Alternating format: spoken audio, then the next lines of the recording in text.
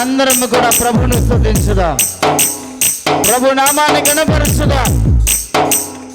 ఆమేన్.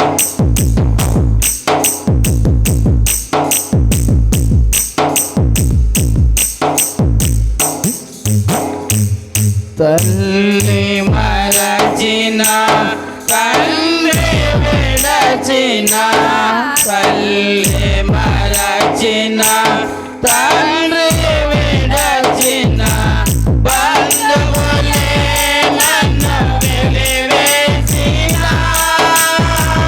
బంధువులే నన్ను వెలివేసిన, బలవంతునితో సాగెదా, నే సాగెదా యేసునితో, నా జీవిత కాలమంతా నే సాగెదా యేసునితో,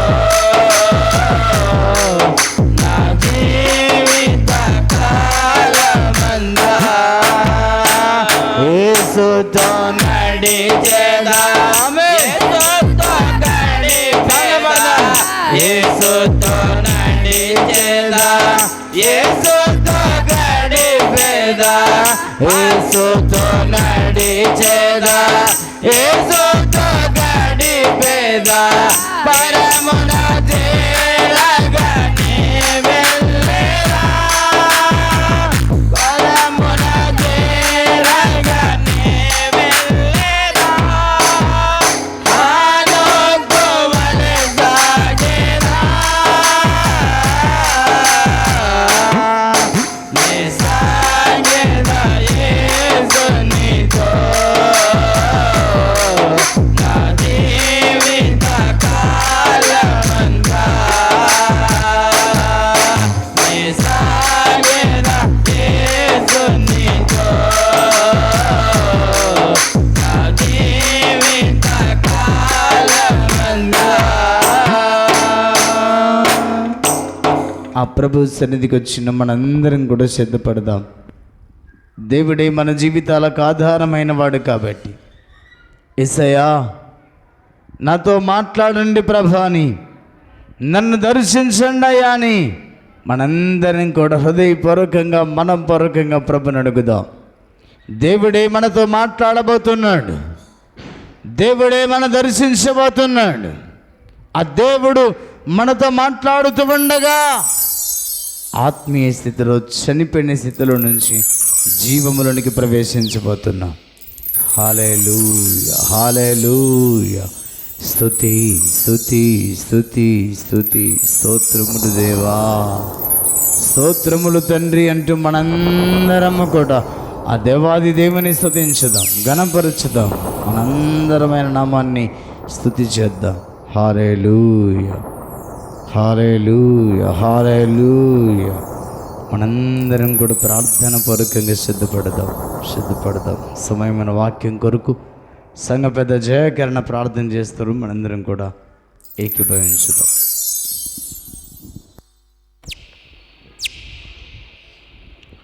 అందరం కళ్ళు మూసుకున్నట్లయితే ప్రార్థన చేసుకుందాం. యేసయ్యా నీకే స్తుతులు స్తోత్రములనైనా, ఆశ్చర్యకరుడా, ఆలోచనకర్త నీకే వందనాలు. దేవానికే స్థుతులు స్తోత్రములనైనా, పరిశుద్ధుడా, పరిశుద్ధాత్మ దేవానికే స్తోత్రములనైనా. అయా యొక్క ఆదివార దినముననైనా మేమందరము దేవా నీ సన్నిలో చేరి దేవా మిమ్మలను స్తుతించి మిమ్మలను ఆరాధించే భాగ్యం ఇచ్చినందుకు మీకు వందనాలు నాయనా, నీకే స్తోత్రములు. అవునయా, నీవు మా కోసం మరణించిన విధానాన్ని బట్టి దేవా మేము సంఘముగా కూడి దేవా మిమ్మలను స్తుతిస్తుంటున్నాము, మిమ్మలను ఆరాధిస్తుంటున్నాము దేవా. నువ్వు మా కోసం కార్చిన రక్తాన్ని మేము జ్ఞాపకం చేసుకుంటున్నాము దేవా, నీకే వందనాలు. అవునయా, ఈ లోకంలో దేవా ఎవరు కూడా నైనా మరణించి తిరిగి లేచినట్లు లేరు నైనా. దేవా నీకే వందనాలు. అయా నువ్వొక్కడవే దేవా మరణమును ఓడించిన వారు మీరొక్కడే దేవా, నీకు వందనాలు. దేవా నీకే స్తోత్రము. నువ్వు మా కోసం ప్రాణం పెట్టిన విధానాన్ని బట్టి దేవా నిన్ను స్తుతిస్తూ నిన్ను ఆరాధిస్తూ దేవా ఈ కూడిక జరగబోచుంటుండగా మీరే నడిపించండి దేవా. నీ సేవకుడు దేవా వాక్యం చెప్పుచుంటుండగానైనా నీ సేవకు నీ ఆత్మతో అభిషేకించండి దేవా. బల్లారాధన విషయంలో అన్ని విషయాల్లో మీరే సహాయం చేసి నడిపించమని అడుగుతూ, దేవా మమ్మల్ని మేము తగ్గించుకుంటూ మీ యొక్క నామాన్ని హెచ్చిస్తూ యేసు క్రీస్తు నామములో ప్రార్థిస్తూ ఉన్నాము తండ్రి, ఆమెన్.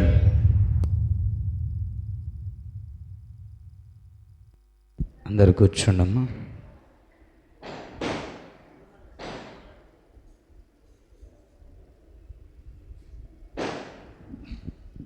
హల్లెలూయా, హల్లెలూయా. మంచిది. దేవుని కృప కాపుదల మనపై మన కుటుంబాలపై దేవుడు అనుగ్రహించి ఆయన సన్నిధానానికి తోడుకొని వచ్చిన దేవునికి మహిమ ఘనత ప్రభావములు కలుగునుగాక. ఆమేన్. అంత బాగున్నారమ్మా? అయ్యా మీరు బాగున్నారా? మంచిది, మంచిగా ఉన్నాను. ఈ సమయమున మరొకసారి చదువుబడిన లేఖన భాగాన్ని జ్ఞాపకం చేసుకుంటూ త్వరగా ముందుకి సాగిపోదాం. ఎఫెసీయులకు రాసిన పత్రిక 5వ అధ్యాయం 10వ వచన భాగాన్ని చదువుకుందాం. గనుక ప్రభువుకేది ప్రీతికరమైనదేదో దానిని పరీక్షించుచు వెలుగు సంబంధుల వలె నడుచుకొనుడి. హల్లెలూయా. ఇక్కడ అపోస్తలుడు అయినటువంటి పౌలు గారు ఎఫెసీ సంఘానికి పత్రిక రాస్తూ ఉన్నప్పుడు ఈ పత్రికలో ప్రధానమైనటువంటి మాట ఈ 10వ వచనంలో రాయబడిన మాట, ప్రభువునికి ఏది ప్రీతికరమైనదో దానిని పరీక్షించుచు వెలుగు సంబంధుల వలె నడుచుకునుడి.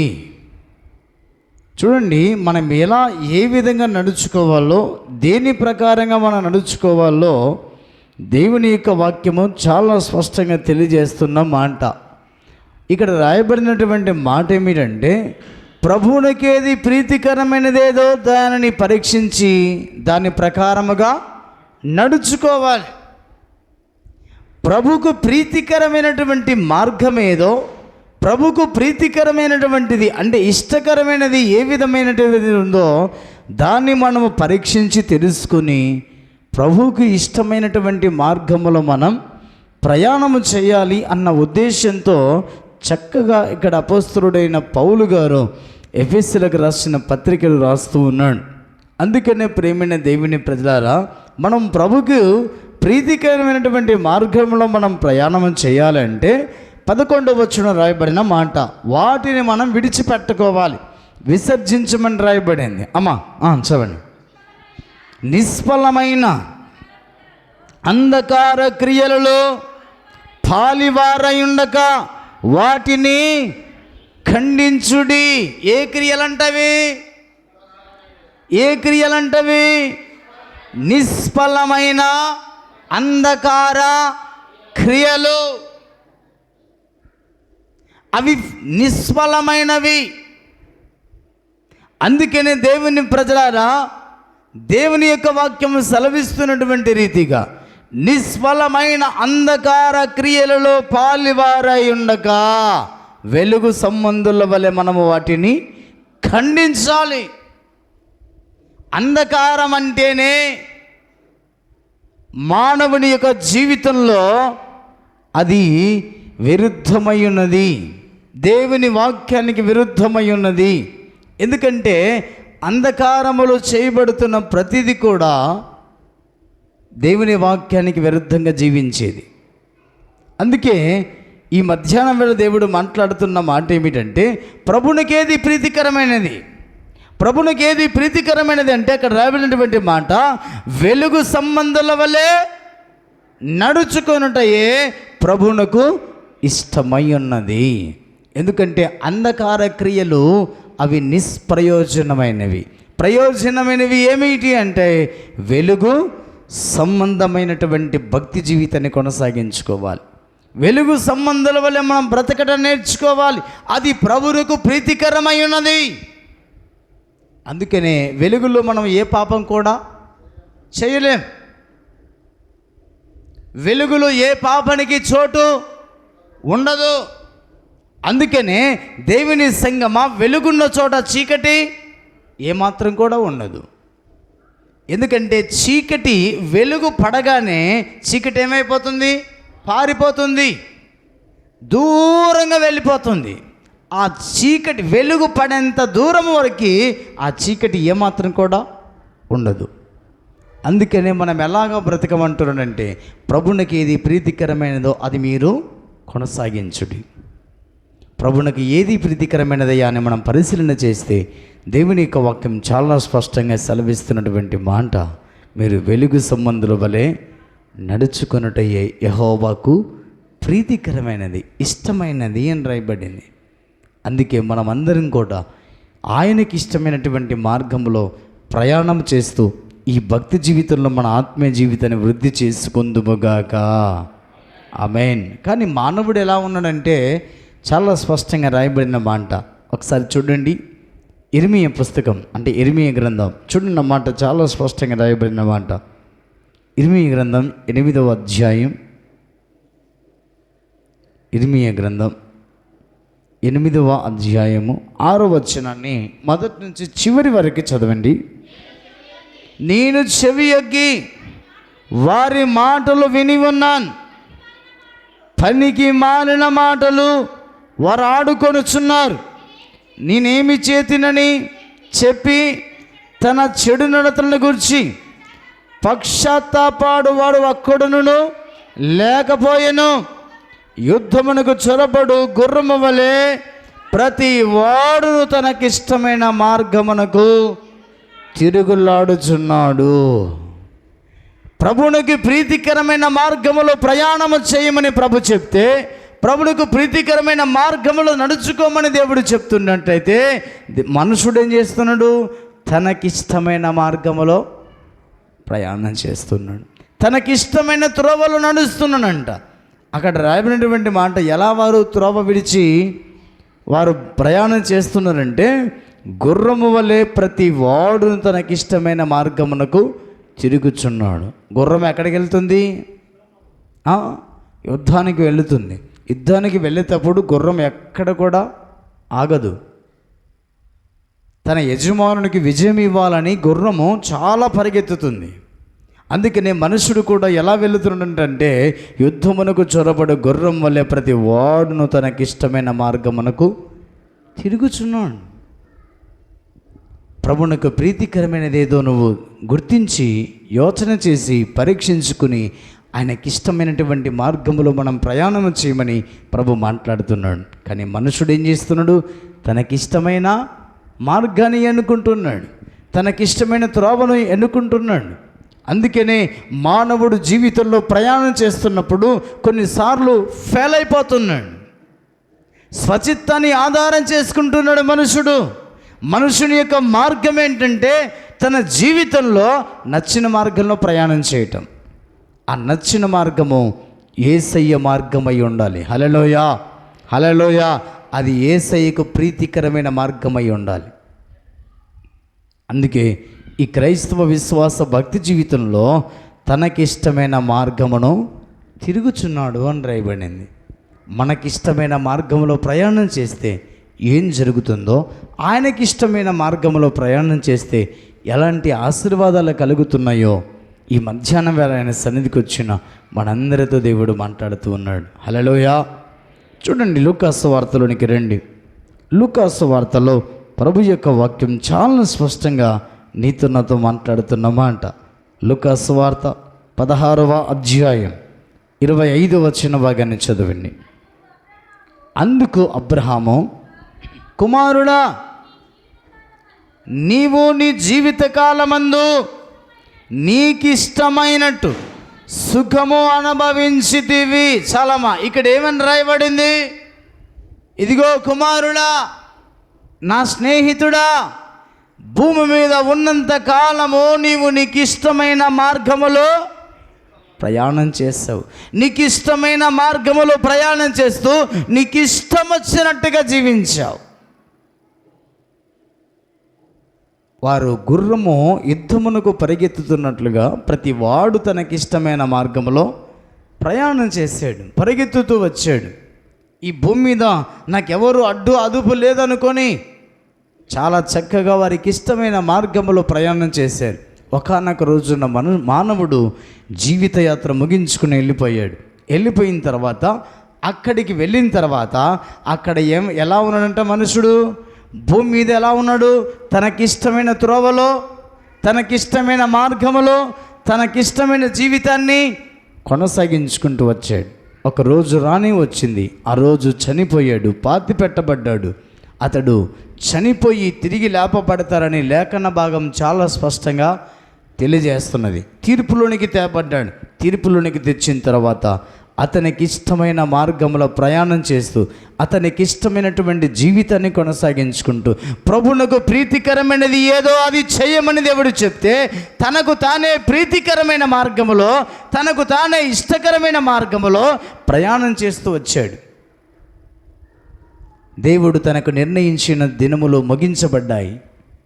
జీవితయాత్ర ముగించుకుని వెళ్ళిపోయాడు. అక్కడ ఎలా ఉన్నాడంటే అతడు యాతన పడుతున్నాడంట. ఎక్కడా? చూడండి 24వ వచనంలో, తండ్రివైన అబ్రహామా, నా యందు కనికరపడి తని వేలు కొనను నీళ్ళలో ముంచి నా నాలుకను చల్లార్చుటకు లాజరును పంపము. నేను ఈ అగ్ని జ్వాలలో యాతన పడుచున్నానని కేకలు వేసి, ఎప్పుడు? చనిపోయిన తర్వాత. చనిపోకముందు ఎలా ఉన్నాడంటే అతడు తనకి ఇష్టమైన మార్గంలో ప్రయాణం చేస్తున్నాడు. బాబు, దేవునికి ఏది ప్రీతికరమైనదో అది పరీక్షించి తెలుసుకుని ఆ మార్గంలో ప్రయాణం చేయమని దేవుడు చెప్పాడు. కానీ తన జీవితంలో తనకిష్టమైన మార్గాన్ని ఎన్నుకున్నాడు. తనకిష్టం వచ్చినట్టుగా జీవించాడు. ఈ మధ్యాహ్నం దేవుడు మాట్లాడుతున్నాడు, నువ్వు దేవునికి ఏది ప్రీతికరమైనదో అది పరీక్షించి తెలుసుకుని ఆయన వాక్యానుసారంగా జీవించినట్లయితే మనమందరము కూడా ఎత్తబడే గుంపులో ఉంటామన్న భావాన్ని దేవుడు మాట్లాడుతున్నాడు. లేదు, ఎవరేం చేస్తారు, ఎవరేం చూస్తారు, ఎవరేమనుకుంటారని అంధకార క్రియలలో పాలిభాగస్తుడవై జీవించినట్లయితే ప్రభు చెప్తున్నమాట. ఏమనడక్కడ 25వ వచనం, అందుకు అబ్రహాము, కుమారుడా, నీవు నీ జీవితకాలమంతా నీకిష్టమైన నీకు ప్రీతికరమైన మార్గంలో నన్ను నడిచావు. మరి ఇప్పుడు ఏం చేయాలయ్యా అంటే అబ్రహాము చెప్తున్న మాట, నీకిచ్చిన దినములు సంపూర్ణమైపోయినాయి. ఇక్కడ సమయము లేదు. నువ్వు పశ్చాత్తాపడినా, నేను కిందికి వెళ్ళి మారు మనసు పొందుతాను అనుకున్నా నువ్వు అక్కడికి వెళ్ళలేవు, అక్కడ వాడిక్కడికి రాలేడు. మరి ఏం చేయాలి అంటే దినములు చెడ్డవి గనుక సమయమును పోనివ్వక మనమందరం కూడా ఏం చేయాలి? సద్వినియోగం చేసుకోవాలి. అజ్ఞానుల వలె కాక మనము జ్ఞానుల వలె నడుచుకోవాలి, జీవించాలి. అందుకే ప్రియమైన దేవుని సంగమా, ఒక్కసారి ఈ భక్తి జీవితాన్ని మనం జ్ఞాపకం చేసుకుందాం. ఏ విధంగా మన జీవితాలు కొనసాగించుకుంటున్నామో ఒకసారి ఆలోచన చేయమని ప్రభు మాట్లాడుతున్నాడు. నీకు ఇష్టమైనట్టు సుఖము అనుభవించితివి, అందుకే నీకు ఇక్కడ యాతన తప్పదన్నాడు. అందుకనే దేవునికి ప్రీతికరమైనది ఏదో అది యోచన చేసి తెలుసుకుని వెలుగు సంబంధుల వలె మనమందరం కూడా జీవించుదుముగాక. ప్రభునికేది ప్రీతికరమైనదో మనందరికీ తెలుసు. కానీ మనం ఏం చేస్తున్నాం? అంధకార క్రియలు విసర్జించడం లేదు. వెలుగులు సంబంధాలను చెప్పుకుంటూ అంధకార క్రియలలోనే మనము జీవిస్తున్నాం, బ్రతుకుతున్నాం. అందుకే ప్రియమైన దేవుని సంగమ దేవుడు మాట్లాడుతున్నమాట, లాజరు అంధకార క్రియలను విడిచిపెట్టి వెలుగు సంబంధుల వల్ల బ్రతికాడు. తన జీవితకాలం అంతా కూడా కష్టం అనుభవించాడు. కానీ చనిపోయిన తర్వాత అతడు నిత్య రాజ్యములో అతడు నెమ్మది పొందుతున్నట్లుగా మనం చూస్తున్నాం. ఆ మాట కంటిన్యూ చేయండి. అలాగుననే లాజరు కష్టము అనుభవించనని జ్ఞాపకం చేసుకును. ఇప్పుడైతే వాడిక్కడ నెమ్మది పొందుచున్నాడు, నువ్వు యాతన పడుతున్నావు. నువ్వు ఎందుకు యాతన పడుతున్నావు అంటే నీకు ఇష్టమైన త్రోవలో నువ్వు. లాజరు ఎందుకు అతడు సుఖం అనుభవిస్తున్నాడంటే ప్రభునికి ఏది ప్రీతికరమైనదో అది యోచన చేసి ఆలోచించి ఆ యేసయ్యకు ప్రీతికరమైన మార్గములో లాజరు జీవితాన్ని కొనసాగించుకున్నాడు. అందుకే ప్రియమైన దేవుని సంగమా, మన జీవితంలో మనము యెహోవాకు ప్రీతికరమైనటువంటి మార్గములో మనం ప్రయాణం చేయాలి. కానీ నీకు ఇష్టమైన మార్గంలో ప్రయాణం చేసి దేవుని సన్నిధికి వచ్చి ప్రభువా ప్రభు అని పిలిస్తే ఆయన చిత్తాన్ని నువ్వు నెరవేర్చలేవు. ఆయన చిత్తాన్ని నువ్వు నెరవేర్చాలంటే, ఆయన కుమారునిగా కుమార్తెగా నువ్వు ఉండాలంటే ఆయనకు ప్రీతికరమైనది ఏదో మనము చేయాలి. ఆ మాట చూడండి, లూకా సువార్త 2వ అధ్యాయం, లూకా సువార్త 2వ అధ్యాయం 14వ వచన భాగాన్ని చదవండి. సర్వోన్నతమైన స్థలములలో దేవునికి మహిమయు ఆయనకిష్టులైన మనుషులకు భూమి మీద ఏం కలుగుతుందంట? అది భూమి మీదను పరలోకములోను సమాధానం కలుగుతుంది. ఎవరికి? ఆయనకిష్టులైన వారికి. ఎవరు ఆయనకిష్టులై అంటే ఆయనకు ప్రీతికరమైనది ఏదో యోచన చేసి ఆలోచించి ఆయనకిష్టమైన మార్గంలో ప్రయాణం చేసేవాడే ఆయనకు ఇష్టడు అని రాయబడింది. మనం ఎలా ఉన్నాం? సర్వోన్నతమైన స్థలంలో దేవునికి మహిమయో ఆయనకి ఇష్టలైన వారికి భూమి మీద సమాధానం కలుగుతుంది. కొందరి కుటుంబాలలో ఎందుకు సమాధానం లేదయ్యా అంటే ఆయనకి ప్రీతికరమైన జీవితాన్ని కొనసాగించుకోవటం లేదు. అన్నీ ఉన్నాయి, సమాధానం లేదు. అన్నీ ఉన్నాయి, అనుభవించే ఆరోగ్యం లేదు. అన్నీ ఉన్నాయి, భక్తి జీవితంలో కుటుంబాలలో చిన్న భిన్నమైపోతున్నాయి.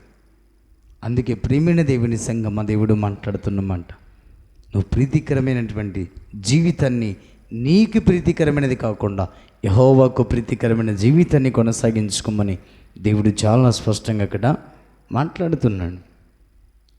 ఆయనకు ప్రీతికరమైన మార్గంలో నడుస్తున్నావో లేదో అని గుర్తించడానికి ఏది కారణమంటే అక్కడ రాయబడినటువంటి మాట. మరోసారి మాట చదువుకుందాం అమ్మ. ఎఫెసీయులకు రాసిన పత్రిక 5వ అధ్యాయం, ఎఫెసీయులకు రాసిన పత్రిక 5వ అధ్యాయం 11వ వచనం, 11వ వచనం. నిష్ఫలమైన అంధకార క్రియలలో పాలువారై ఉండక వాటిని ఖండించుడి, ఖండించుడి, ఖండించుడి. మనం ఏడ ఖండిస్తాం? అంధకార క్రియలు అంటే ఏంటి చెప్పండి? రాత్రి చేసే ప్రతిదీ కూడా విరుద్ధమైనది అంధకార క్రియలు. రాత్రి ఏమేం చూస్తారు? ప్రత్యేకంగా రాత్రి సినిమా థియేటర్ నడుస్తాయి, డీజేలు నడుస్తాయి, ఇంకేం నడుస్తాయి? సీరియల్ నడుస్తాయి. ఇంకా దేవుని సంగమా, ఇవన్నీ కూడా దేవునికి విరుద్ధమైనవి. త్రాగుడు ప్రధానమైనది. ఏదంట? అంధకారంలో బంకు దాపైతే అయిపోయా, గోడ దాపైతే అయిపోయా, ఏం చేస్తారు? త్రాగుడు. అంధకార క్రియ అంటారు దాన్ని. దాన్ని ఖండించిన వాడే ప్రభువునకు ప్రీతికరమైన జీవితాన్ని కొనసాగించుకున్నవాడు. ఇవి ఖండించకుండా ప్రోత్సహిస్తూ, వీటిని పాటిస్తూ, వీటిని అనుసరిస్తూ, వీటిని జీవించేవాడు ఎవరంట? నీకు నీవే ప్రీతికరమైన జీవితాన్ని కొనసాగించుకున్నవాడు. దేవునికి ప్రీతికరమైనది ఏదో పరీక్షించి తెలుసుకోమని వాటిని అనుసరించమంటే మనకు మనమే ఇష్టమైన జీవితాన్ని కొనసాగించుకుంటున్నాం. అందుకే అట్టివాడు పరలోకానికి వెళ్ళక నిత్య నరకానికి వెళుతున్నాడు. ధనవంతుడు ఎలా వెళ్ళాడు అనుకుంటున్నాడు నరకానికి? అతడు అనుకుంటున్నాడంట, నా ప్రాణమా తినుము, త్రాగము, వ్యభిచరించుము, మందు దాగము, ఇష్టానుసారంగా తిరుగుము. ఈ 3 తన జీవితంలో కొనసాగించుకుంటూ వచ్చాడు. తినుము, త్రాగము, సుఖించుము. అంధకార క్రియలను ఖండించిన వాడే ప్రభువునకు ప్రీతికరమైన జీవితాన్ని కొనసాగించుకున్నవాడు. మనకిష్టమైన మార్గాన్ని ఎన్నుకొని మన ఇష్టమైన మార్గంలో ప్రయాణం చేస్తూ ప్రభువా ప్రభా అని పిలిస్తే ప్రభు అంటాడు, బాబు నువ్వెవరో నాకు తెలియదు, మీరెవరో నాకు తెలియదు. ప్రభా, నీ మందిరానికి వచ్చానయ్య అంటే నువ్వు అంధకార క్రియలు విసర్జించలేదు, ఖండించలేదు. డీజే పెడితే రాత్రి 12 వరకు 1 గంట వరకు ఉన్నావు. నువ్వు ఎలా అంధకార క్రియలు విసర్జించావు? డ్యాన్సులు వేసావు. ఒక స్త్రీ అనకుండా కూడా సిగ్గు లేకుండా బజార్లో డ్యాన్సులు వేసుకుంటున్నాను. ఎంత విచిత్రమైన ప్రవర్తన! పొద్దున మందిరానికి వస్తారు, రాత్రి డీజేలు తిరుగుతారు. మన సంఘంలో అలాంటి వారు లేరనే నేను అనుకుంటున్నా. అలాంటి వారు ఉన్నట్టయితే మార్పు కలిగి జీవించమని ప్రభు హెచ్చరిక చేస్తూ ఉన్నాడు, గద్దిస్తున్నాడు. వాటిని ఖండించాలండి. మనమేం చేస్తున్నాం? దానిని ప్రోత్సహిస్తున్నాం, వాటినే మనం ఎంజాయ్ చేస్తున్నాం. అందుకే కదా ధనవంతుడు నరకానికి వెళ్ళింది, పాతాళానికి వెళ్ళింది, అగ్నిలో కాలుతున్నది.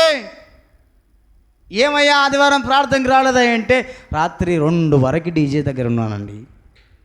ఏం చేసావు?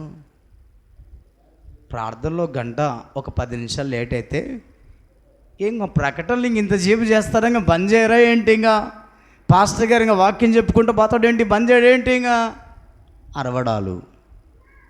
ఇక్కడ ఎవరేమన్నారు కదా, దేవుని సంఘమా, దేవుడు మాట్లాడుతున్న మాట స్పష్టంగా దేవుడు ఖండితంగా మాట్లాడుతున్నాడు. మార్పు చెందితే సరి, నిత్య జీవానికి ప్రవేశించబడతావు. మార్పు లేకుండా జీవించినట్లయితే, హృదయాన్ని కఠినపరుచుకొని జీవించినట్లయితే, కాఠిన్యము కలిగిన వారు నిత్య నరకానికి ప్రవేశించబడతారన్న భావాన్ని దేవుడు మాట్లాడుతున్నాడు. ఎందుకీ నామకార్థమైన భక్తి? ఎందుకు నాణ్యత లేని జీవితాలు?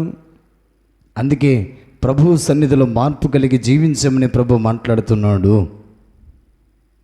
చాలా స్పష్టంగా దేవుడు అక్కడ తెలియజేస్తున్న మాట నేను చదువుతున్నాను, వినండి. ఆ మాట గనుక ప్రభునికి ఏది ప్రీతికరమైనదేదో దానిని పరీక్షించుచు వెలుగు సంబంధుల వలె నడుచుకోవాలి. వెలుగు సంబంధుల వల్ల మనం ఏం చేయాలంట? నడుచుకోవాలి. మనం ఎలా నడుచుకుంటున్నాం? ఎలా నడుచుకుంటున్నాం? నీ మనస్సాక్షికి తెలుసు, మన మనస్సాక్షికి తెలుసు. మనం ఏ విధంగా ఉన్నామో మన మనస్సాక్షికి తెలుసు. అందుకే ప్రియమైన దేవుని సంగమా, ఒక్కసారి మన జీవితాన్ని మనమే పరీక్షించుకోమని, పరిశీలించుకోమని దేవుడు నీతో నాతో చాలా స్పష్టంగా మాట్లాడుతున్నాడు. అందుకే ధనవంతుడు యాతన పడుతున్నాడు. అయ్యో, ఏం చేస్తున్నాడు? అక్కడ పండ్లు కొరుకుతున్నాడు. చీకటి, అగాధం. నీకు పక్కలున్నారు, అరుపులు వినపడితే కానీ మనిషి కనపడ్డు. అంత భయంకరమైన అగాధములోనికి మనం వెళ్లకుండా ఉండాలంటే దేవుడు మాట్లాడుతున్నాడు. ఒక్కసారి మన జీవితాన్ని మనం పరిశీలించుకోమని ప్రభు మాట్లాడుతున్నాడు. ప్రభునకు ఏది ప్రీతికరమైనదో అది మనము కొనసాగించుకోవాలి.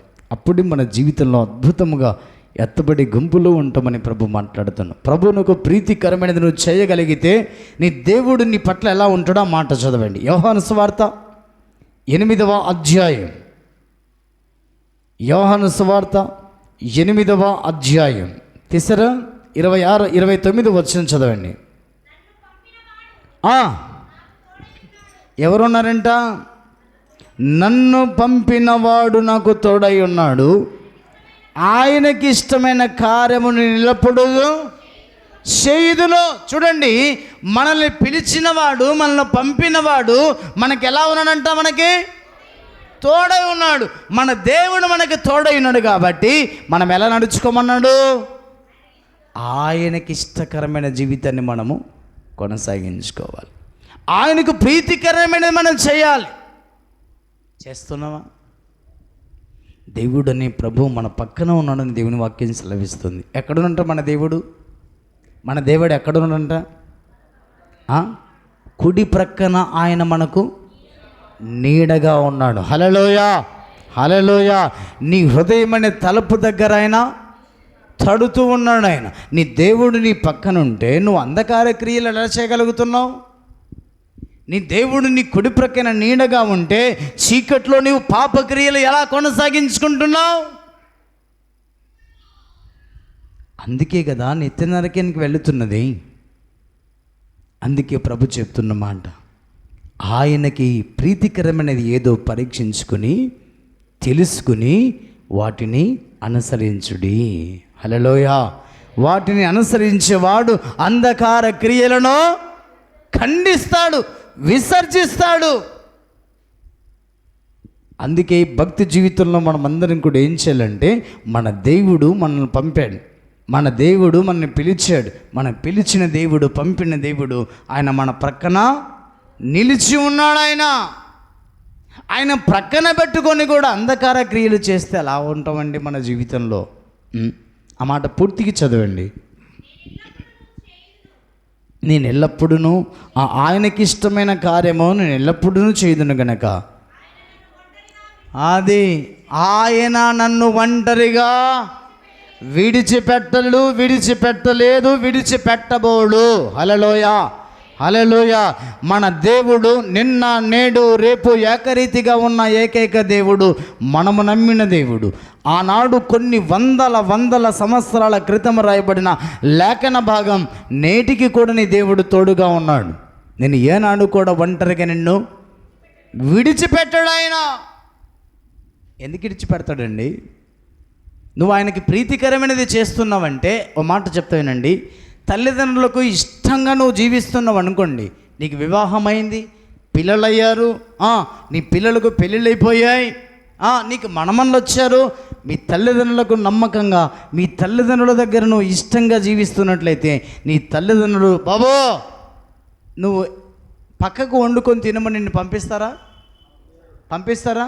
ఎందుకంటే నీ తల్లిదండ్రుల మాట వింటున్నావు, నీ భార్య మాట వినట్లేదు. నీ భార్య, నీవు, నీ పిల్లలు నీ తల్లిదండ్రుల మాట వింటున్నావు. కాబట్టి నీ తల్లిదండ్రులు ఏనాడు కూడా నేను పక్కకు వండుకోమని చెప్పరు, పక్కకు పంపివరు. అందుకే నీ దేవుని యొక్క మాట నువ్వు ప్రీతికరమైనది ఏదో తెలుసుకొని పరీక్షించుకొని నీ దేవునికి ప్రీతికరమైనది నువ్వు చేయగలిగితే దేవుడు నిన్ను ఒంటరిగా ఎప్పుడు విడిచిపెట్టాడు. ఇంత నమ్మదగిన దేవుని నువ్వు విడిచిపెట్టి అంధకార క్రియలు ఎలా చేయగలుగుతున్నావు? అంధకార క్రియలు చేయగలుగుతున్నావంటే నీ జీవితంలో నువ్వు ఏనాటికి కూడా ఎత్తబడి వధువు సంగముగా ఉండవన్న భావాన్ని దేవుడు నీతో నాతో మాట్లాడుతున్నాడు. ఆ మాట చూడండి, ఆదికాండం 6వ అధ్యాయం. ప్రీతికరమైనది చేయగలిగిన మనుషుడు ఎలా ఉంటాడో అక్కడ రాయబడిన మాట. ఆదికాండం 6వ అధ్యాయం 9వ వచన భాగాన్ని చదవండి. నోవాహు వంశావళి ఇదే.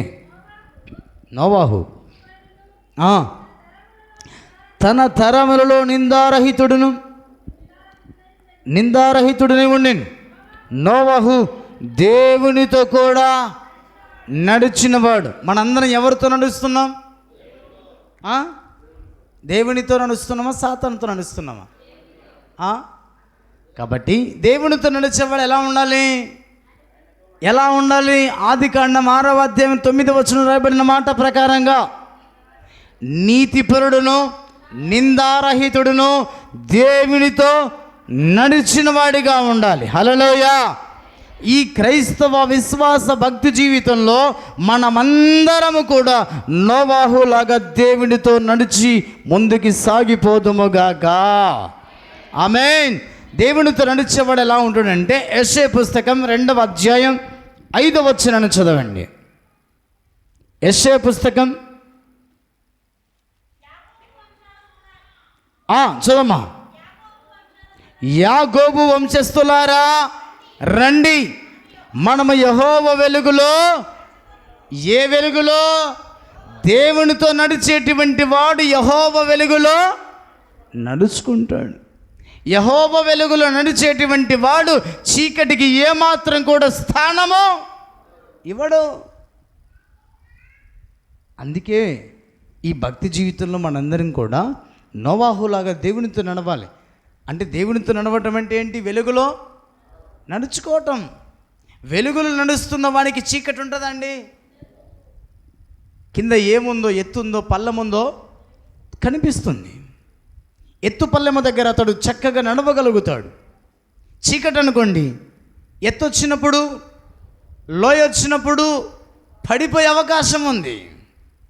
అందుకనే దేవుని యొక్క వాక్యములో నోవాహు నడుస్తున్నాడు దేవునితో. నడవటం అంటే ఏదో ఓ మనిషి నడినట్లుగా కాదు. నోవాహు నడిచిన విధానం ఎలా ఉందంటే, నోవాహు నీతిపరుడుగా నిందారహితుడిగా దేవునితో నడుస్తున్నాడు. ఎలా నడుస్తున్నాడో తెలుసా? నోవాహు 7వ అధ్యాయంలో ఒక మాట రాయబడింది చాలా స్పష్టంగా. ఆది కాండములో దేవుడే రాయించినటువంటి మాటలు ఉన్నాయి. ఆ మాటలు ఒక్కసారి 6వ అధ్యాయం చివరి వచనం చదవండి. నోవాహు అట్లు చేసెను, దేవుడు అతనికి ఆజ్ఞాపించిన ప్రకారము యావత్తు ఏం చేశాడంటే నోవాహు, దేవుడు నోవాహుకు ఆజ్ఞాపించిన మాటలన్నిటిని కూడా అనుసరిస్తూ వచ్చాడు, చేస్తూ వచ్చాడు. ఏం చెప్పాడు నోవాహుకి అంటే, ఓడ తయారు చేయి, జలప్రళయం రాబోతుంది అన్నాడు. నోవాహుకు అసలు ఓడ అంటే ఏంటో తెలుసా? వర్షం అంటే ఏంటో తెలుసా? ఏది కూడా తెలియదు. కానీ దేవుడు చెప్పిన మాట ప్రకారంగా నోవాహు ఓడను తయారు చేసుకున్నాడు. అందుకే నోవాహు కుటుంబము క్షేమముగా సురక్షితముగా ఉన్నది. లాజరు దేవుని మాట ప్రకారంగా ఆయనకు ప్రీతికరమైన జీవితాన్ని కొనసాగించాడు. నోవాహు ఏ విధంగా ఓడలో క్షేమంగా ఉన్నాడో లాజరు అబ్రహాము రొమ్మున ఆనుకొని నిత్యము నెమ్మదిని పొందుతున్నాడు. అమ్మా, నీకు ప్రీతికరమైనది నువ్వు చేసుకుంటున్నట్లయితే ధనవంతుని వలె యాతన పడక తప్పదనే ప్రభు మాట్లాడుతున్నాడు. ఆయనకు ప్రీతికరమైనది ఏదో నువ్వు పరీక్షించి నువ్వు అది చేయగలిగితే నీవు నేను నిత్య రాజ్యములో ఉంటామన్న భావాన్ని దేవుడు మాట్లాడుతున్నాడు. ఒక్కసారి మన జీవితాన్ని మనమే పరీక్షించుకోమని ప్రభు మాట్లాడుతున్నాడు. అందుకే నోవాహు ఆయన చెప్పినదంతయు కూడా చేయగలిగాడు, చేస్తూనే ఉన్నాడు. ఈ క్రైస్తవ విశ్వాస భక్తి జీవితంలో మనం కూడా దేవుడు చెప్పిన మాట ప్రకారంగా నోవాహు యాకోబు వంశస్థులు వెలుగులో యెహోవా వెలుగులో నడుచుకున్నట్లుగా మనము కూడా ఆయన వెలుగులో జీవించుదుముగాక. 119వ కీర్తన 105వ వచనం. అదే నీ వాక్యము నా పాదములకు దీపమునై ఉన్నది, నా త్రోవకు. అది ఇప్పుడు మన పాదాలకు దీపం ఉన్నప్పుడు మనకి ఎక్కడ ఏ ముళ్ళు ఉంటుందో, ఏ లోయ ఉంటుందో, ఏ గొంతుందో మనకి బాగా తెలుస్తుంది. అలాగనే వాక్యం అనేటువంటి దీపం నీలో ఉన్నట్లయితే ఏ పాపం కూడా మనలో ఉండదు. ఎక్కడ పాపం చేస్తున్నామో ఆ వాక్యానికి చూపించింది రే. వాక్యం చెప్తున్నటువంటి మాట ప్రకారంగా పాపం చేయదు వాక్యం. అందుకే భక్తి జీవితంలో మన అందరం కూడా నీ వాక్యము నా పాదములకు దీపమై ఉన్నది. అందుకే ప్రేమైన దేవుని ప్రజలారా, ఆ వాక్యపు వెలుగులో మనం జీవించినట్లయితే ఆత్మీయ జీవితంలో వాక్యం అనే వెలుగు నుండి ఖండిస్తుంది, హెచ్చరిస్తుంది, గద్దిస్తుంది, సరిచేస్తుంది. అప్పుడు నీవు చీకటి సంబంధుల వలె కాక వెలుగుల సంబంధుల వలె ఈ భక్తి జీవితాన్ని కొనసాగించుకుంటామన్న భావాన్ని దేవుడు నీతో నాతో మాట్లాడుతూ ఉన్నాడు. ఒక్కసారి మన జీవితాన్ని పరిశీలించుకుందాం. చూడండి ఆ మాట సామెతలు 3:5 ముగించబోతున్నాం. సామెతలు 3:5 ఏ విధంగా మనం జీవించాలో ప్రభు చాలా స్పష్టంగా మాట్లాడుతున్నాడు. అమ్మా ఏమన్నాడు అక్కడ? నీ స్వబుద్ధిని ఆధారము చేసుకొనక నీ పూర్ణ హృదయముతో యెహోవా యందు ఏముంచాలంట? మనం నమ్మకం ఉంచాలి. యెహోవా యందు నమ్మకము ఉంచని వాడే స్వబుద్ధిని ఆధారం చేసుకుంటాడు.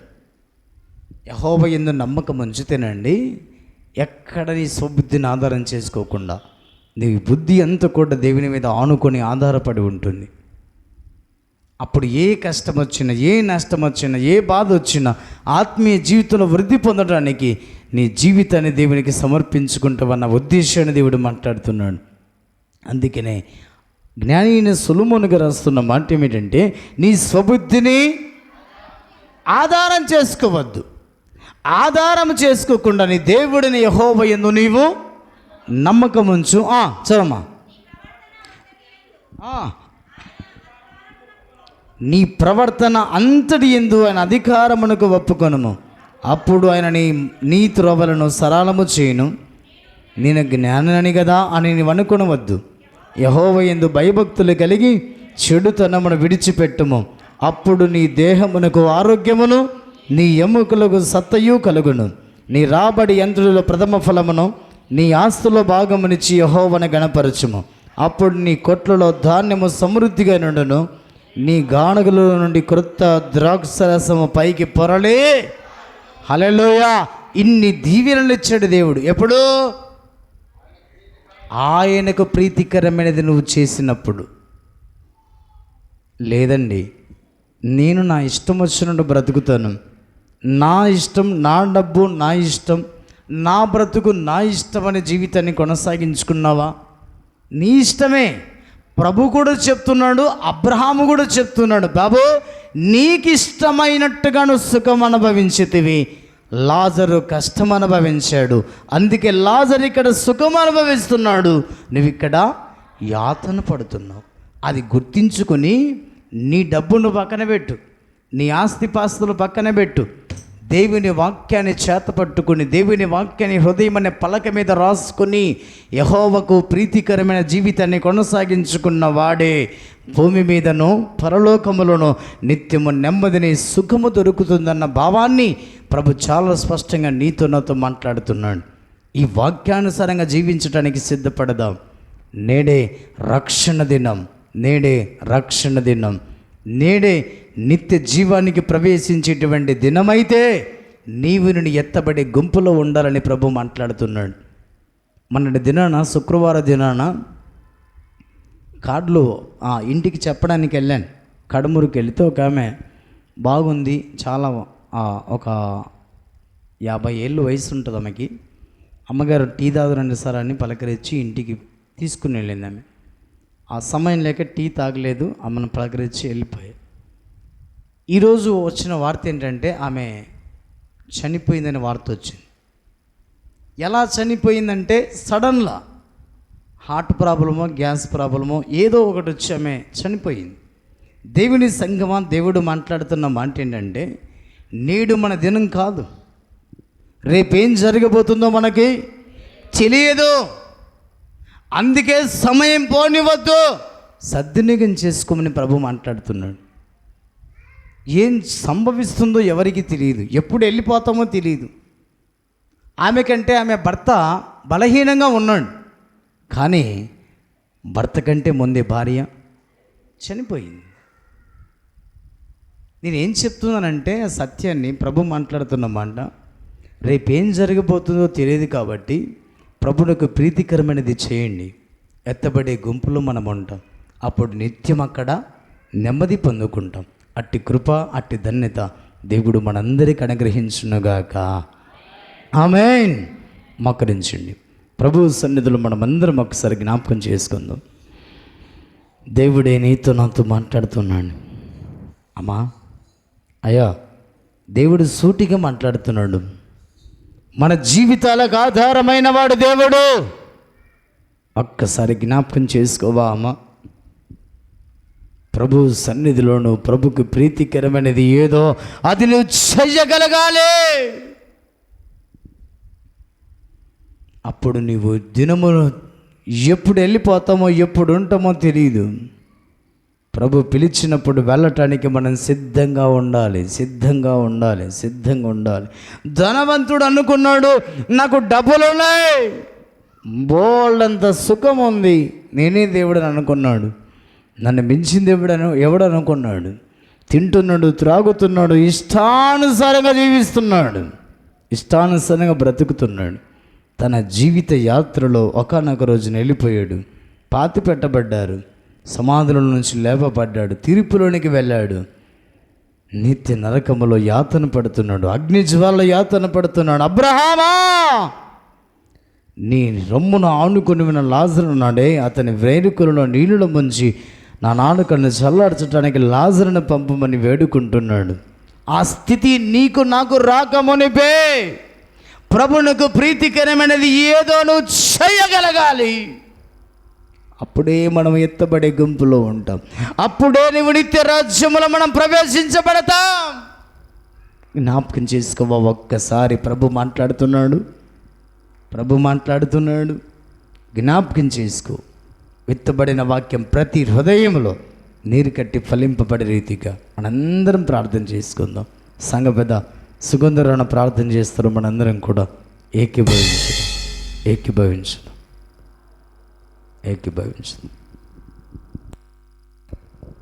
ప్రార్థన చేసుకుందాం. సకల ఆశీర్వాదములకు కారణభూతుడమైన మా ప్రియ పరలోకపు తండ్రి, నీ పరిశుద్ధమైన పాదములకు స్తుతులు స్తోత్రములు చెల్లించుకొంచున్నాం. ప్రభా, ఈ మధ్యాహ్న కాల సమయమందు నీ పరిశుద్ధ దినమందు ప్రభా, నీ బిడ్డలమైన